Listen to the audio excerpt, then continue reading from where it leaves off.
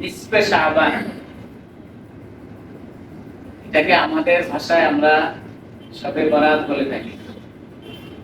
শবে বরাত হাদিসের কোনো ভাষা না, হাদিসের ভাষা হলো নিসফে শাবান। শবে বরাত এটা আমরা ফার্সি ভাষা থেকে শিখেছি। আবার শুধু ফার্সিও না, এই শবে বরাত দুইটা মিশ্রণ শব্দ, একটি শব্দ ফার্সি আর একটা শব্দ আরবি, দুটাকে মিশ্রণ করে শবে বরাত বলা হয়েছে। সব ফার্সি শব্দ, সব মানে রাত, বরাত আরবি শব্দ, যার দুটি অর্থ ব্যবহার হয়। একটি অর্থ হলো নাজাত বা মুক্তি, আর একটি অর্থ ব্যবহার হয় পূর্ণ, পরিপূর্ণের অর্থে ব্যবহার হয়। আমরা যদি ফার্সি আরবি দুটাকে মিলায় এমন করে তর্জমা বলি, শবে বরাত মানে হলো পরিপূর্ণের রাত, পূর্ণের রাত। কি পূর্ণ হবে? হাদিসের ভাষায় পাওয়া যায় মানুষের জীবনের নামায় আমল, এটাকে আমরা আমল নামা বলে থাকি, হিসাবের ফর্দ, এটা প্রতি বছর নবায়ন হয়, প্রতি বছর নবায়ন হয়। যারা স্কুল কলেজের সাথে জড়িত আছেন জানেন প্রতি বছর ভর্তির নবায়ন হয়। আগে নতুন ভর্তি হতো, এখন একটা সিস্টেমে নিয়ে আসছে, সেটা হলো ভর্তি আর নতুন হতে হয় না, ভর্তি আছে এটাকে নবায়ন করতে হয়।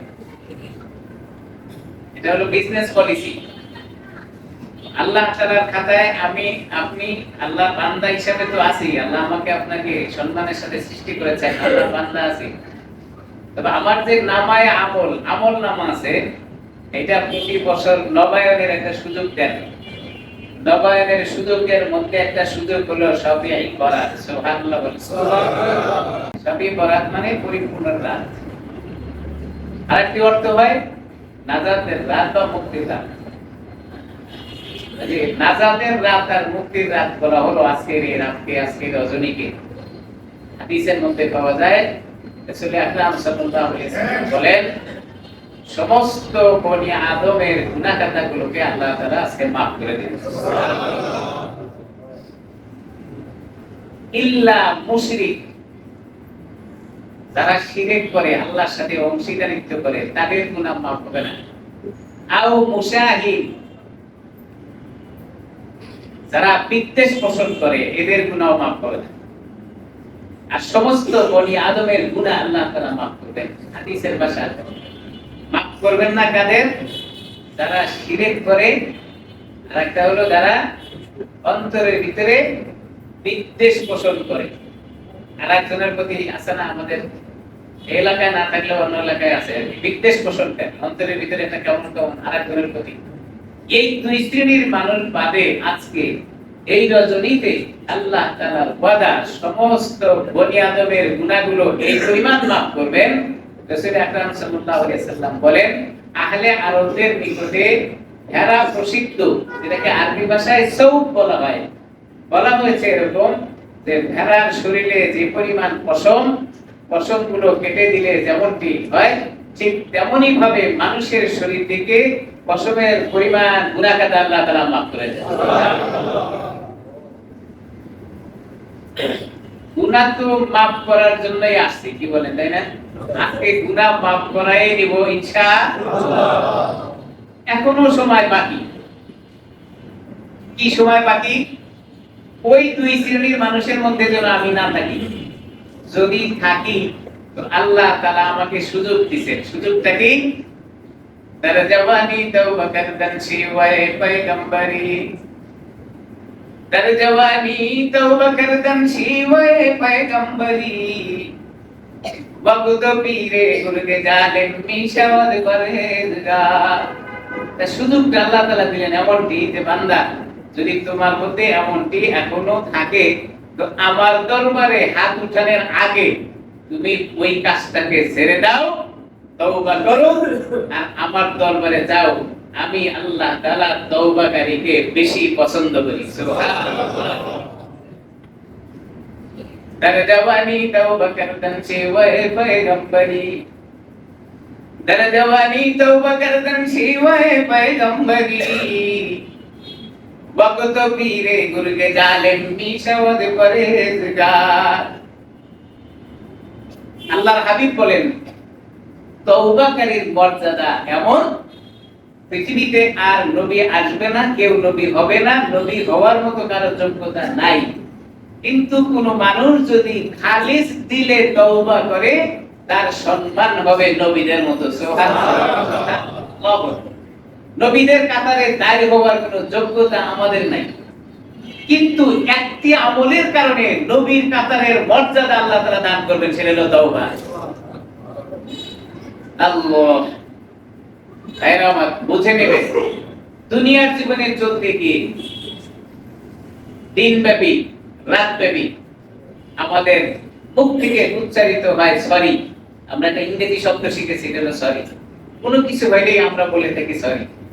তার মানে ভুল হয়েছে, অপরাধ হয়েছে, সরি মানে এটা আমার অপরাধ, ক্ষমা করে দাও, এই তো বুঝি আমরা। তা সরি বলি, বলি কার কাছে? মাখলুকের কাছে, বান্দার কাছে।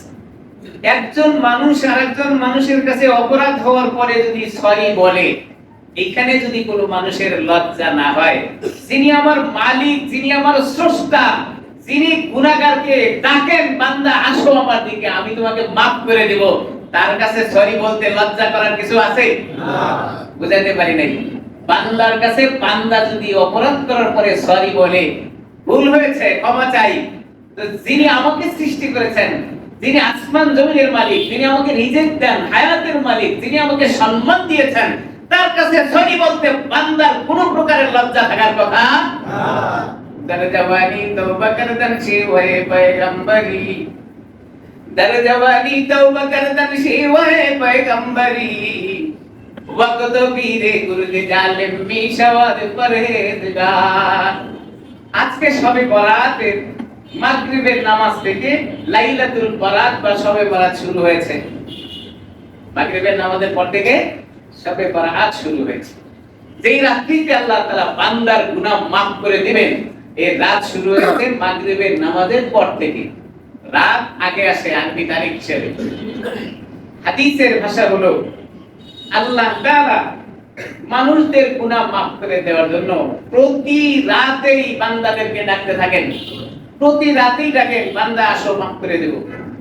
তবে আজকে বিশেষ সময় আল্লাহ তাআলা বিশেষ আহ্বান করেন, বান্দা তুমি যদি মাফ চাও আমি মাফ করার জন্য প্রথম আসমানে নেমে এসেছি। সুবহানাল্লাহ। ইন্নাল্লাহা তাআলা ইয়ানজিলু ফিহা লিগুরুবিশ শামসি ইলাস সামাইদ দুনিয়া ফায়াকুলু আলা মিন মুস্তাগফিরিন ফাআগফির লাহু। হাদিসের মধ্যে রাসূল আকরাম সাল্লাল্লাহু আলাইহি সাল্লাম শোনান, মাগরিবের নামাজের পরে সূর্য অস্তমিত হওয়ার পর আল্লাহ তাআলা প্রথম আসমানে অবতরণ করেন আর দুনিয়ার সমস্ত মানুষদেরকে আল্লাহ নিজে আহ্বান করেন। সুবহানাল্লাহ। আল্লাহ আহ্বান করেন, আল্লাহ আহ্বান করেন। আল্লাহু ফায়াকুলু আলা মিন মুস্তাগফিরিন ফাআগফির লাহু। আসল দুনিয়ার মানুষকে অপরাধ করেছো, বুঝে করেছো না বুঝে করেছো, দেখে করেছো না দেখে করেছো, আলোতে করেছো অন্ধকারে করেছো, সব গুনাহগাররা আমার দরবারের দিকে আসো, আসো। ফাআগফির লাহু, আমি আল্লাহ তোমার সাথে ওয়াদা করতেছি, তুমি চাইতে দেরি আমি মাফ করতে দেরি না। আলা মিন মুস্তাগফিরিন ফাআগফির লাহু, আপনি চাইতে দেরি আল্লাহ মাফ করতে দেরি নাই। এই কথা যদি দুনিয়ার কোনো মানুষ আমাকে আর আপনাকে বলতো, বেটা অপরাধ করছিস আয় আমি তোরে মাফ করে দেব, রাত দেখতেন, দিন দেখতেন, চাকরি দেখতেন, ব্যবসা দেখতেন, কোনোটাই না, আমার মাফ দিতে হবে, যার কাছে আমি অপরাধ করছি সে আমারে মাফ করার জন্য ডাকছে। চাকরি ছেড়ে দিবে, তখন ব্যবসা ছেড়ে দিবে, সমস্ত কাজকর্ম ছেড়ে দিয়ে সে দৌড়াবে তার কাছে যার কাছে সে অপরাধ করেছিল। কেন? সে আহ্বান করেছে তাকে মাফ করে। আবার কিছু লোকজন আছে দেখবেন এই মসজিদে আর ওই মসজিদে, ওই মসজিদে ওই মসজিদে দৌড়াদৌড়ি করবে। শবে বরাত এসেছে, আমরা নীরবে আল্লাহ তাআলার কাছে তওবা করতে পারি, চোখের পানি ছেড়ে কান্নাকাটি করতে পারি, আল্লাহ আমি অপরাধী, আমাকে মাফ করে দাও। যেহেতু আল্লাহ ওয়াদা করেছেন আগফিরা লাহু, আমি তোমাকে মাফ করে দেব, তাহলে নীরবে আল্লাহর কাছে চাওয়া দরকার। আমরা কি করি? বাড়িতে বাসায় বলে আসি ভালো রান্না বাড়ি করো, আমার মনে হয় আমাদের মহল্লায় কেউ বলে নাই। বলতে পারি যেহেতু বেশ কয়েকটা গরু জবাই দেখলাম আজকে, তাহলে তো এগুলো তো আমাদের এলাকার লোকজনই কিনছে, নাকি ওই 1 নম্বর 2 নম্বর থেকে এসে কিনে নিয়ে গেছে, এরকম তো না। তাহলে বাসায় ভালো খাবারের ব্যবস্থা করতে বলেছি, রান্না করো, ভালো খাবারের ব্যবস্থা করো।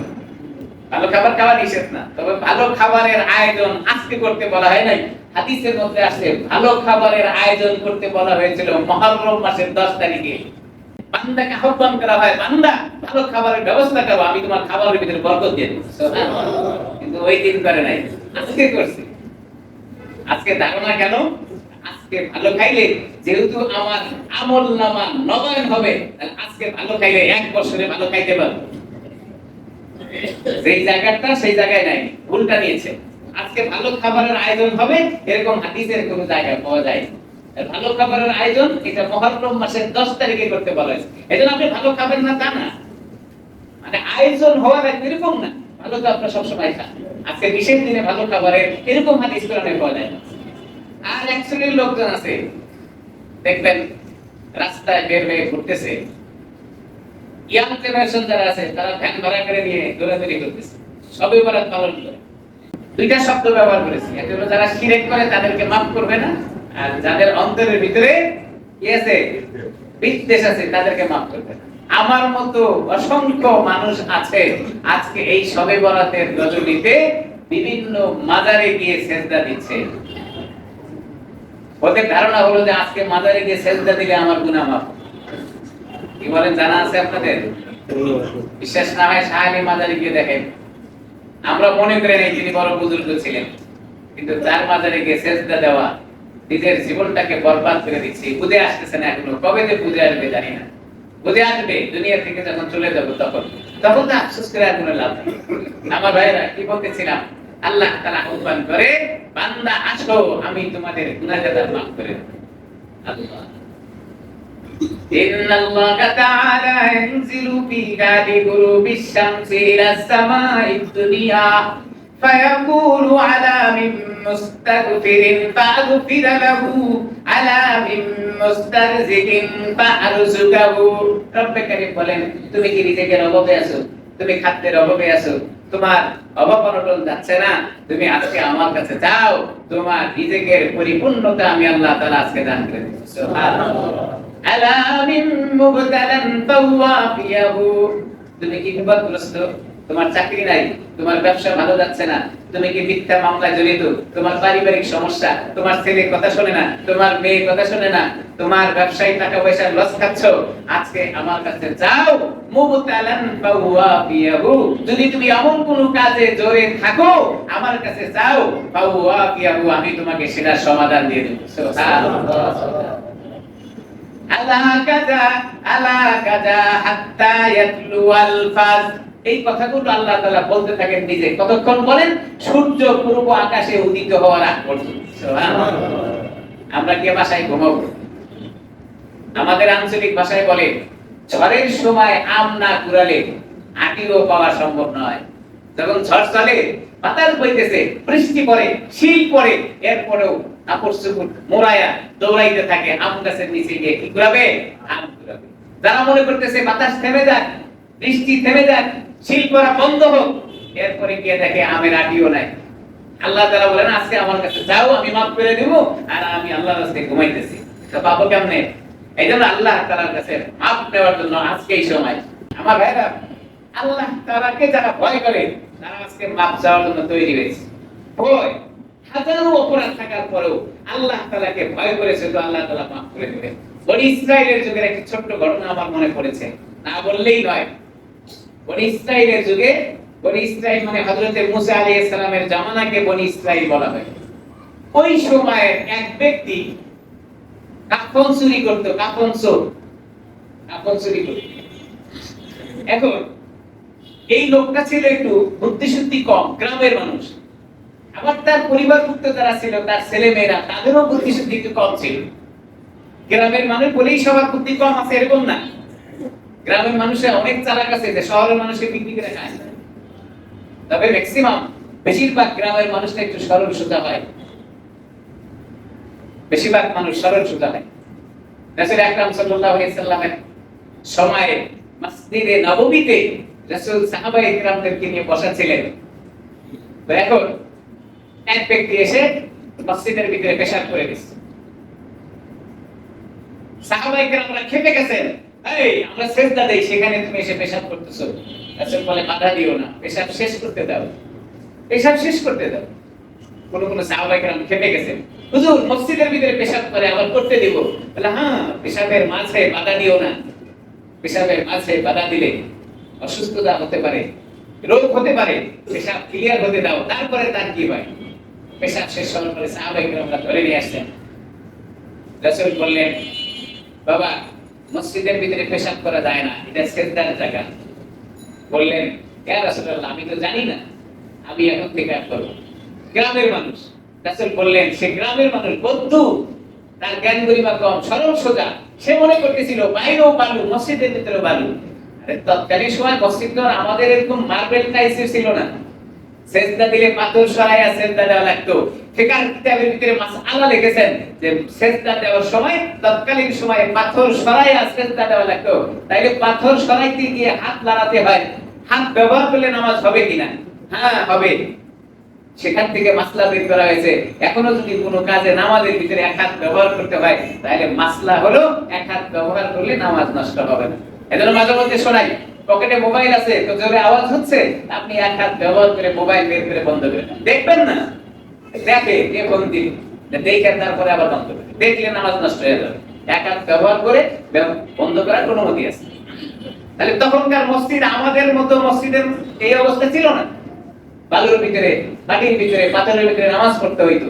তো এই বৌদ্ধ গ্রাম্য লোকটা মনে করেছিল বাইরেও বালু, মসজিদের ভিতরেও বালু, বাইরে পেশাব করলেও শুকায় যাবে, মসজিদে পেশাব করলেও শুকায় যাবে, অসুবিধা কি?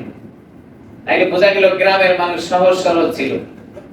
আবার গ্রামের মানুষ অনেক চালাকও হয়, শহরের মানুষকে বিক্রি করার মতো। রাসূল আকরাম সাল্লাল্লাহু আলাইহি সাল্লামের দরবারে একজন এসে বলেছে, ইয়া রাসূলুল্লাহ, রমজান মাস, আমি তো ফরজ রোজা নষ্ট করে ফেলছি। কেমনে? দিনের বেলায় হালাল স্ত্রী আমার কাছে ছিল, আমি তো ব্যবহার করে আমার রোজাকে নষ্ট করে ফেলছি। বুঝবেন কি বলতে চাই? রাসূল বললেন, তোমার জন্য জরিমানা হলো তুমি 60টা রোজা রাখো। তো ওই লোক বলতেছে, ইয়া রাসূলুল্লাহ, আমি একটাই রাখতে পারি না, সেই জন্য তো ভাঙছি, আমার আবার 60টা রাখতে বলতেছেন। তাহলে কাজ করো, তুমি 60 জন মিসকিনকে খাওয়ায় দাও। ইয়া রাসূলুল্লাহ, আমি তো নিজেই মিসকিন, আবার মিসকিনদের খাওয়াবো কেমনে? মিসকিনে খাওয়ার মতো আমার কিছু নাই। কথার দ্বারা কি বোঝা যায়? গ্রামের মানুষ, ইয়া রাসূলুল্লাহ, আমি তো নিজেই মিসকিন, আমি খাওয়াবো কেমনে? হাদিসের ভিতরে আছে রাসূল আকরাম সাল্লাল্লাহু আলাইহি সাল্লামের কাছে জমায়েত খেজুর ছিল, কিছু খেজুর, বস্তা ভরা খেজুর ছিল। তো রাসূল এই খেজুরের বস্তাটাকে তার মাথায় দিয়ে বলল, যাও, এটা তুমি কাফারা হিসেবে জনগণকে দিয়ে দাও, গরিবদেরকে দিয়ে দাও, মিসকিনদেরকে খাওয়ায় দাও। আমার পক্ষে থেকে তোমাকে হাদিয়া দিলাম, এইটা তুমি গ্রামের মানুষদেরকে খাওয়ায় দাও, গরিব মিসকিনদেরকে খাওয়ায় দাও। খেজুরের বস্তা মাথায় দিয়ে কিছুক্ষণ ঘুরে ঘুরে এসে রাসূলের দরবারে, ইয়া রাসূলুল্লাহ, আমি পুরো মদিনায় ঘুরে এসে দেখলাম আমার চেয়ে মিসকিন আর কেউ নাই, কাজে খেজুর আমি সব খেয়ে নেব। উকিল ফেল। তাহলে গ্রামের মানুষ সব সহজ সরল হয় এরকম না। গ্রামের মানুষ শহরের মানুষকে বিক্রি করে খাইতে পারবে, এরকম চালাক চতুর আছে। কি বলতেছিলাম? কাফন চোর, মনে আছে আপনাদের? কথা বলতে গেলে অনেক কথা দূরে চলে যায়। তো কাফন চোরে কাফন চুরি করে, চিন্তা করতেছে আমি তো কাফন চুরি করি, আমি অপরাধী। সে কাফন চুরি করে ঠিক, কিন্তু নির্জনে বসে আল্লাহর কাছে বলে, আল্লাহ, আমি তো অপরাধী, আমি দুইটা অপরাধী। এক নাম্বার হলো আমি চোর, দুই নাম্বার হলো চোর তো চোর, আমি কাফন চুরি করি। বুঝলেন? সে স্বীকার করতেছে যে আমি দুইটা অপরাধী। এক নাম্বার অপরাধী হলো আমি চোর, আর একটা হলো চুরি তো করি কিন্তু কাফন চুরি করি। মারাত্মক অপরাধ। সাধারণ চুরি করা আর কাফন চুরি করা, মানুষকে দাফন কাফন করে আসি, সেই কাফন কবর থেকে তুলে নিয়ে আসি, তাহলে আমার চেয়ে বড় চোর তো আর কেউ নেই। এটা স্বীকার করে কার কাছে? আল্লাহর কাছে। চিন্তা করেন, আল্লাহ তাআলা বান্দা চুরিও করো, আবার আমার কাছে করো, সে বলতেছে আল্লাহ আমি তোমারে ভয় পাই, আমি তোমারে কি করি, ভয় পাই, অভাবের কারণে আমি চুরি করি, আল্লাহ আমি তোমারে ভয় পাই। বড় অপরাধী। ছেলেদের সামনে ওসিয়ত করছে, তোমরা আমার একটা ওসিয়ত শোনো, আমি যখন মরে যাব, মরে যাওয়ার পরে আমারে কিন্তু মাটিতে দাফন করো না, কারণ আমি আল্লাহকে ভয় পাই। আমাকে যখন মাটিতে দাফন করবা সেখান থেকে আল্লাহ আমারে উঠায় বিচার করবে, আমি আল্লাহর কাজ করে দাঁড়াইতে পারবো না, আমি ভয় পাই, এইজন্য তোমরা আমারে মাটিতে দাফন করবে না। আচ্ছা বলেন তো, মাটিতে দাফন না করে যেখানে নিয়ে যাক আল্লাহ সেখান থেকে তারা বের করতে পারবে না? ইন্নাল্লাহা আলা কুল্লি শাইইন কাদির। যেখানে নিয়ে যাক না কেন আল্লাহ সেখানেই তাকে কি করতে পারবেন, বের করতে। ছেলেদের ওসিয়ত করছে, ওসিয়তটা হলো আমি মরে যাওয়ার পরে তোমরা আমারে আগুন দিয়া জ্বালায়া পুইরা ভস্ম কইরা বাতাসে উড়াই দিবা, আর কিছু অংশ পানিতে ফেলাই দিবা। আমি বাতাসে মিশে যাব, আগুনে পুড়ে আমাকে আর খুঁজে পাওয়া যাবে না, আর আমাকে পানিতে ফেলে দিবা, পানির সাথে মিশে যাব, আমাকে আর পাওয়া। আল্লাহ কুদরতি হাসে হাসে, পানিটা তোমার যা হিসাব, তুমি চিন্তা করতেছো আগুনে পুরাই আমারে উড়াই দিবে, আর খুঁজে পাবে না, আল্লাহ পানিতে ভাসায় দিবে, আর খুঁজে পাবে না। বাতাস কার কথা শুনে? আল্লাহর কথা শুনে, নাকি আমাদের দেশের সরকারের কথা? দুনিয়ার সবাই দুর্বল, দুনিয়ার সবাই অক্ষম, একমাত্র সক্ষম হলেন আমার আল্লাহ। একমাত্র সক্ষম কে? আল্লাহ। মানুষ কিরকম অক্ষম, আবার রান্না করছে খাবে, খাইতেও দেয় নাই, খাওয়ার সুযোগ তার নাই। যদি সক্ষম হইতো রান্না করা খাবার সে খাইতে পারত, রান্না করা খাবার রেখে দাও, তাহলে মানুষ কি অক্ষম। একমাত্র সক্ষম হলেন আমার মাওলা। আমার ভাইরা, বাতাস আল্লাহর কথা শুনে, আগুন আল্লাহর কথা শুনে, পানি আল্লাহর কথা শুনে, জমিন আল্লাহর কথা শুনে, আসমান আল্লাহর কথা শুনে, সূর্য আল্লাহর কথা শুনে, চন্দ্র আল্লাহর কথা শুনে, আলো বাতাস আল্লাহর কথা শুনে। আগুন কে বলে, এ আগুন তোর ভিতরে আমার এক বান্দা লুকাইছে, ওরে বাইর করে দে। পারবে না মনে হয়? আগুন কার কথা শুনে? বান্দারে বাইর করে নিয়ে আসছে। পানি রে বলছে, দে পানি, তোর ভিতরে আমার এক বান্দা লুকাইছে, বাইর করে দে। বান্দারে বাইর করে দিচ্ছে। আল্লাহ কয়, আমার সাথে এত ড্রামা করলে কেন? ড্রামা ড্রামা, নাটক নাটক। এই বান্দা, তুই আমার সাথে এত নাটক করলি কেন? মিশাই গেলি পানির সাথে, মিশাই গেলি আগুনের সাথে, আমার সাথে নাটক করার দরকার কি? তো আল্লাহ আমি ভয় পাই। আমি কি পাই? আল্লাহ জিজ্ঞাসা করছে, বান্দা তুমি আমার সাথে নাটক করলে কেন, খেলা করলে কেন?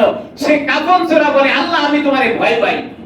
বান্দা যেই মাত্র বলছে আল্লাহ তোমারে ভয় পাই, কুদরত ওয়ালা আল্লাহ ডাক দেয়া বলে, বান্দা তুই কাফন সূরা বড় অপরাধী, কিন্তু যখন তুই আমারে ভয় পাস, বান্দা মনে করে রে আমি তোর জীবনের গুনাহগুলোকে maaf করে দিলাম। ভয় পাইতে হবে কারে?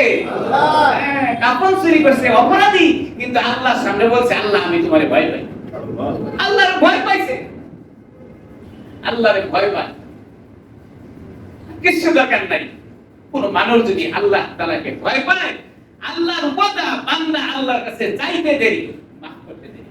এগুলো ভয় পাইতে হবে আল্লাহ তাআলাকে। কোন মানুষ যদি আল্লাহ তাআলাকে ভয় পায়, তাহলে দুনিয়ার জীবনে আর গুনাহ করার কোনো সুযোগ নেই, গুনাহ করার আর কোনো। উপরের দিকে আল্লাহ তাআলা দেখেন, নিচের দিকে আল্লাহ তাআলা দেখেন, ডানের দিকে আল্লাহ তাআলা দেখেন, বামের দিকে আল্লাহ তাআলা দেখেন, যেদিকে আপনি তাকাবেন সেদিকেই শুধু আল্লাহ তাআলাকেই দেখা যায়। তা আপনি অপরাধ করবেন কখন? অপরাধ করার কোনো সুযোগ। ইসহাক বলছে, ইসহাক মুরিদদের সামনে বলছে যে আমি তো বয়স হয়ে গেছে আমার, আমি তো দুনিয়া থেকে চলে যাব, তো আমার এই খেলাফতের দায়িত্ব কারো না কারো উপর দিয়ে যাইতে হবে। আমাদের দেশে পীর মুরিদের ব্যবসা যারা করে তারা ভালো বোঝে, আপনারা দেখেছেন, জানেন, শুনেছেন।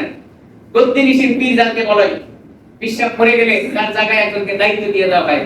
তা পিশাব মুরিদদের বলছে যে আমার এই খেলাফতের দায়িত্ব একজনকে দিয়ে দেব, তবে একটা শর্ত আছে। শর্ত হলো আমি একটা মোরগ তোমাদেরকে দেব, অথবা তোমরা বাড়ি থেকে একটা মোরগ দিবা, যেটা জবাই করতে দুনিয়ার কেউ যেন না দেখে, অর্থাৎ কারো চোখে যেন না পড়ে, যে এইরকম ভাবে জবাই করে নিয়ে এসে আমাকে দিতে পারবা, আমার খেলাফতের দায়িত্বটা তাকে দিন। সব মুরিদরা দৌড়াইছে, এটা কোনো ব্যাপার হইলো, একটা মোরগ জবাই করবো, কেউ দেখবে না। এখন যে অবস্থা, এসি ঘর, দরজা জানলা বন্ধ করলে তো আর কিছু দেখার সুযোগ নাই। যে যেভাবে পারছে, কেউ ঘরের ভিতরে, কেউ ছাদের উপরে, কেউ বাংকার করে নিচে, কেউ মাঠে গিয়ে সবাই জব করে নিয়ে পিসাবের দরবারে হাজির। একজন জীবিত মোরগ পিসাবের দরবারে নিয়ে এসে উপস্থিত। সবাই হাসতেছে, আরে বোকা, আমরা সবাই নিয়ে আসি জবাই করা, আর তুমি জবাই করা ছাড়াই নিয়ে আসছো, খেলাফত তোমারে দিবে? আমরা তো জবাই করে নিয়ে আসি, খেলাফত তো আমরাই পাবো।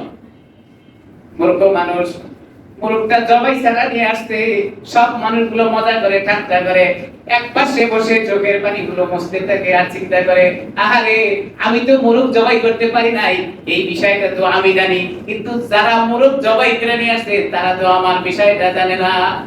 সবাই হাসি তামাশা করতেছে, সে চুপ করে বসে আছে। পিসাব জিজ্ঞাসা করছে, তুমি কিভাবে জবাই করলা? সে বলছে, আমি ঘরের ছাদে জবাই করছি, কেউ দেখে নাই। তুমি কিভাবে জবাই করলা? না, আমি বিল্ডিং এর কোণার ভিতরে জবাই করছি, কেউ দেখে নাই। তুমি কিভাবে জবাই করলা? বলে, আমি ময়দানে গিয়ে পানা দিয়ে ধরে এরপরে জবাই করছি, কেউ দেখে নাই। এখন তো জবাই একজনই করে, তাই না? যারা মুরগি কিনেন তারা বলতে পারবে কয়জনে করে, কেমনে কেমনে এরকম মোড়া দিয়ে ধরে ব্যাস মেরে দিই। আমি অনেক সময় মুরগি কিনতে গিয়ে বলছি যে ভাই আগে বলেন বিসমিল্লাহ, তারপরে আমরা জবাই দেব। আমি দাঁড়ায় থেকে দেখছি কিচ্ছু বলে না, খালি মোড়া দেয় আর মেরে দেয়, মোড়া দেয় আর মেরে দেয়। একজনে প্রাণী জবাই করলে এটা খাওয়া যাবে, তবে ফিকহের কিতাবে এটা মাকরুহ লেখে। একজনে যদি জবাই করে এটা খাওয়া যাবে, হারাম না, তবে মাকরুহ লেখে। আবার মাকরুর মাসালা আছে, ফিকহের মাসালার ভিতরে মাকরুহ শব্দটার ব্যাখ্যা আছে, আমরা পড়াই সেই হিসাবে বলতেছি। মাকরুর মাসালা হলো শুধুমাত্র যদি মাকরুহ লেখে তাহলে সেটা হারাম। মাকরুহ দুই প্রকার, একটা নাম হলো মাকরুহ তাহরিমি আর একটা নাম হলো মাকরুহ তানজিহি। যদি শুধুমাত্র কোনো মাসআলার ভিতরে মাকরুহ লেখা থাকে যে এই জিনিস করা মাকরুহ, তাহলে বুঝবেন সেটা হারাম। যদি কোনো জায়গায় লেখা থাকে এই জিনিস খাওয়া মাকরুহ, তাহলে বুঝবেন এটা হারাম। সিগারেট খাওয়া মাকরুহ, তাহলে বুঝবেন এটা হারাম। আমরা তো আলহামদুলিল্লাহ খাই না, হ্যাঁ। সিগারেট খাওয়া যদি লেখে মাকরুহ, তাহলে বুঝবেন যে এটা খাওয়া কি হারাম। যদি হারামের কম হয় তাহলে ওই জায়গায় মাসালায় লেখা থাকবে মাকরুহ তানজিহি। এটা হলো মাকরুহ তাহরিমি, এটা হলো মাকরুহ তানজিহি। এখন সবাই যার যার মতো বলছেন, মুরগি জবাই হয়ে গেছে। এক পাশে তাকিয়ে দেখে জীবিত মোরগ নিয়ে আসছে। বিশ্বাস ডাকতে বলে, বাবা সব মানুষ জবাই করে নিয়ে আসলো মোরগ, তুমি কেন জবাই ছাড়া জীবিত মোরগ কেন নিয়ে আসলা? ওই লোকটা ডাকতে বলে, হুজুর মুরিদ আমার হওয়ার প্রয়োজন নাই, খেলাফত আমার পাওয়ার দরকার নাই। আমি যখন এই মোরগটা জবাই করার জন্য ঘর থেকে বের হয়ে গেলাম, ফাঁকা ময়দানে যখন চলে গিয়ে মোরগটা জবাই করা আরম্ভ করলাম, আমি তাকায় দেখলাম দুনিয়ার কোন চোখ আমারে দেখে না জবাই করতে, কিন্তু আমার মাওলা আমার দিক তাকিয়ে আছে। কে তাকায়? আল্লাহ। ময়দানে নিয়ে গেছে জবাই করার জন্য, কেউ দেখছে না। সে বলতেছে আমার মাওলা আমার দিকে তাকায় আছে। আল্লাহ, আল্লাহ আমার দিকে তাকায় আছে। হুজুর আমার খেলাফতের দরকার নাই হুজুর, তা আপনি তো বলছেন যে মোরগ জবাই করতে হবে, কেউ যেন না দেখে, আমি এই জন্য জবাই করতে পারি নাই। আপনাদের কাছে প্রশ্ন, বলেন তো পিসাব মুরিদ কাকে দিবে? খেলাফত কাকে দিবে? নাজামুল কি আল্লাহ না জবাই আল্লাহ? তাহলে ভয় কার থাকতে হবে? আল্লাহ। আর ভয় কওয়াতে নে কি নাদারি, কওয়াতে নে কি নাদারি, তানাদারি বদমগুন, কওয়াতে নে কি নাদারি, তানাদারি বদমগুন। সব সময় মনে রাখো, আমি আরেকজনের ক্ষতি করার চিন্তা করব না। মানুষ তখনই আরেকজনের ক্ষতি করে যখন তার অন্তরের ভিতরে ভয় থাকে না আল্লাহ। আল্লাহর ভয় যদি থাকে তাহলে আর কোনো খারাপের পথে কেউ পাও বানাইতে পারে না। ডানেও আল্লাহ তাআলা দেখেন, বামেও আল্লাহ তাআলা দেখেন, উপরেও আল্লাহ দেখেন, নিচেও আল্লাহ তাআলা দেখেন। আমার ভাইয়েরা, এই সবে বরাতে আল্লাহ তাআলা মাফ করে দিবেন তাদেরকে। আল্লাহর হাবিব বলেন, ইযা কানাত লাইলাতুন নিসফি মিন শাবান ফাকুমু লাইলাহা ওয়া সুমু নাহারাহা। ও দুনিয়ার মানুষ, সবে বরাত তোমরা পেয়েছো, সবে বরাতে তোমরা দুইটা আমল করো। এক নাম্বার আমল হলো এই রাতটিকে ইবাদতের মধ্যে কাটায়া দাও, আর দুই নাম্বার আমল হলো রাত জাগরণের পরে পরের দিনের জন্য একটা রোজা রাখো। দুইটা আমলের কথা হাদিসের ভিতরে স্পষ্ট শব্দ দিয়ে পাওয়া যায়। এই আমল তাদের জন্য যারা আল্লাহ তাআলাকে ভয় করে, যারা আল্লাহ তাআলাকে ভয় করে। আমার ভাইরা, লম্বা আলোচনা করে ফেললাম। আজকে ব্যক্তি আমল নিয়ে ব্যস্ত থাকবো, সম্মিলিত কোন আমলের দিকে আমরা দৌড়াবো না। আমাদের সমাজে কিছু আমল চলে, সে আমলটা হলো এরকম। আমরা যেমন মসজিদে আলোচনা শুনছি আমল করার নিয়তে, বাসা বাড়িতে মহিলারা জমায়েত হয়েছে জামাতের সাথে নামাজ আদায় করার জন্য। আপনাদের কাছে খবর আছে কিনা জানি না, মহিলারা জামাতের সাথে নামাজ আদায় করে, আবার একজন ইমামও হয়। নামাজটা পরে কি সালাতুত তাসবিহ। কোন হুজুরে বলছেন যে আজকে সালাতুত তাসবিহ নামাজের অনেক ফজিলত, কয়বার রুকুতে দোয়া পড়বে, কয়বার সিজদাতে পড়বে। তো সাধারণ সব মহিলারা তো মাসলা মাসাইল জানে না, তো এক বাসায় গিয়ে জমা হয়, ওই আপা একটু ভালো জানে, এবার ওই আপা ইমাম সাহেব, বাকি সব মহিলারা মুক্তাদি হয়ে নামাজে দাঁড়ায় গেছে, জামাতের সাথে নামাজ, ওই ইমামের নামাজও নষ্ট, যারা মুক্তাদি হলো তাদের নামাজও নষ্ট। সবে বরাতের আমল করতে গিয়া কামাই করলো কি মাসলা জানা দরকার, তাই না? এইজন্য বাসায় গিয়ে বলবেন যে জামায়াত হয়ে নামাজ কালাম কেউ কইরো না। যখন বাসায় যাবেন সব মহিলাদেরকে শোনায় দিবেন, আপনার বাসা বাড়িতে যারা আছে জামায়াত হয়ে কোনো আমল তোমরা করবা না, ইমাম হওয়ার তো কোনো সুযোগই নাই। আসতেছে রমজান মাস, বিভিন্ন জায়গায় রমজানে তারাবি হয় মহিলাদের, মহিলায় নামাজ পড়ে, মহিলা কি করে আর-রিজালু কাওয়ামুনা আলান নিসা। আল্লাহ তাআলা কোরআনে হাকিমের ভিতরে বলেন মহিলাদের নেতা হবে পুরুষ, মহিলারা কখনো নেতা হইতে পারবে না। আমাদের কপাল পোড়া, আমরা সব জায়গায় মহিলাদেরকে নেতা বানাই।